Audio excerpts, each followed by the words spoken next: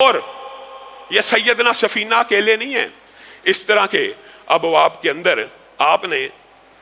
سیدنا اویس کرنی رحمہ اللہ کا نام بھی سنا ہوگا، اور یہ بھی پیشین گوئیوں کے باب میں۔ حضرت عمر کو رسول اللہ صلی اللہ علیہ وسلم نے ایک مرتبہ مخاطب ہو کے کہا تھا، کرن کا رہنے والا ایک اویس ہے، عمر اگر زندگی میں اس سے ملاقات ہو اور تیری ہوگی، زندگی میں اگر ملاقات ہو اور تیری ہوگی، تو نے اس سے اپنے لیے دعا کرانی ہے۔ اس کی نشانی یہ ہوگی، عمر اس کی گردن کے اوپر ایک پھل بیری کا چھوٹا سا نشان رہ گیا ہوگا، اس کو پہلے پھل بیری کی بیماری ہوگی، لیکن وہ سکڑتے سکڑتے اس نے اپنی ماں کی ایسی خدمت کی ہے کہ وہ ایک نشان سا رہ گیا ہے، اور اس کی ماں کی خدمت کا اللہ تعالیٰ نے اس کو عجیب و غریب بدلہ دیا ہے کہ جب وہ ہاتھوں کو اٹھاتا ہے اللہ تعالیٰ اس کی دعا کو سن لیتا ہے، جب وہ ہاتھوں کو اٹھاتا ہے اللہ تعالیٰ اس کی دعا کو سن لیتا ہے۔ سیدنا عمر پوری زندگی یمن سے آنے والوں کا جب بھی قافلہ آتا تھا پوچھا کرتے تھے، اویس، اس قافلے میں کوئی اویس نامی ہے؟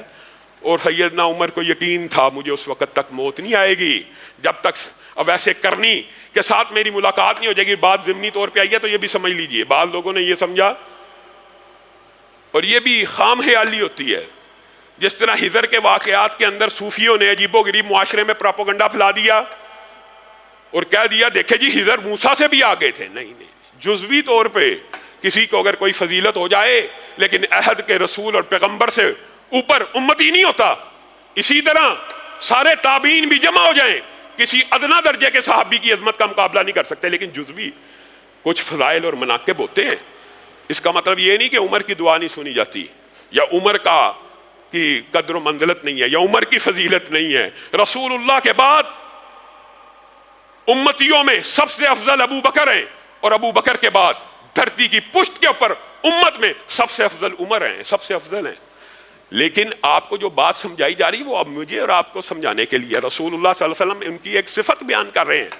تو حضرت عمر تلاش کیا کرتے تھے بالآخر ڈھونڈتے ڈھونڈتے ان تک پہنچ گئے اور ان سے دعا کے لیے کہا۔ وہ آگے سے کہنے لگے آپ خلیفۃ المسلمین ہیں، آپ علی حیدر کرار ہیں، آپ دونوں مجھ سے دعا کروانے کے لیے آئے ہیں؟ کہا ہاں، ہمارے نبی کا حکم ہے اس لیے تیرے پاس آئے ہیں، ہمارے لیے دعا کر۔ پھر سیدنا عمر نے ایک عجیب و غریب معاملہ ہے کہ اس بات کو لوگوں میں بیان کرنا شروع کر دیا، اویس سے دعا کروایا کرو، اویس سے دعا کروایا کرو، اویس سے دعا کرایا کرو، حتیٰ کہ اویس کرنی کی شہرت پھر پھیل گئی۔ سیدنا اویس کرنی اپنی شہرت کو چھپایا کرتے تھے، اور ان کے بارے میں یمن کے اندر لوگوں کو معلوم نہیں تھا کہ یہ اتنا بڑا ولی اللہ اور اتنا مستجاب الدعوات ہے۔ لیکن جب سیدنا عمر نے یہ واقعہ بیان کیا پھر ان کی شہرت پھیل گئی، حتیٰ کہ بعض مورخین نے یہاں پہ یہ بات بھی رقم کی ہے کہ سیدنا اویس کرنی وہ تھے اس واقعے سے پہلے کہ لوگ ان کا مذاق اڑایا کرتے تھے۔ جس طرح آج کے دور میں معاشرے میں مذاق نہیں اڑایا جاتا، کوئی لڑکا شریف ہو وہ یار یہ صوفی ہو گیا، کوئی بچہ شرم و حیا والا ہو، بجائے یہ کہ اس کو اپریشیٹ کیا جائے اور اس کو اس کی جو صفت ہے اس کے اندر اس کو ابھارا جائے، اس کو تانا دیا جاتا ہے، او یار وہ تو صوفی بن گئی، وہ تو مولوی ہو گئی، وہ تو حاجی ہو گئی۔ سیدنا اویس کرنی کے ساتھ اس دور میں بعض لوگ یہ معاملہ کیا کرتے تھے، یار یہ تے دنیا تو بالکل ہی الگ تھلگ بندہ ہے، تے دنیا دے وچ کسی کم دا نہیں، معاذ اللہ۔ تو سیدنا عمر کی اس دعا کے بعد اور سیدنا عمر کے اس واقعے کے بعد ان کی شہرت پھیل گئی، اور پھر لوگوں کو ان کے فضائل و مناقب کا صحیح طور کے اوپر اندازہ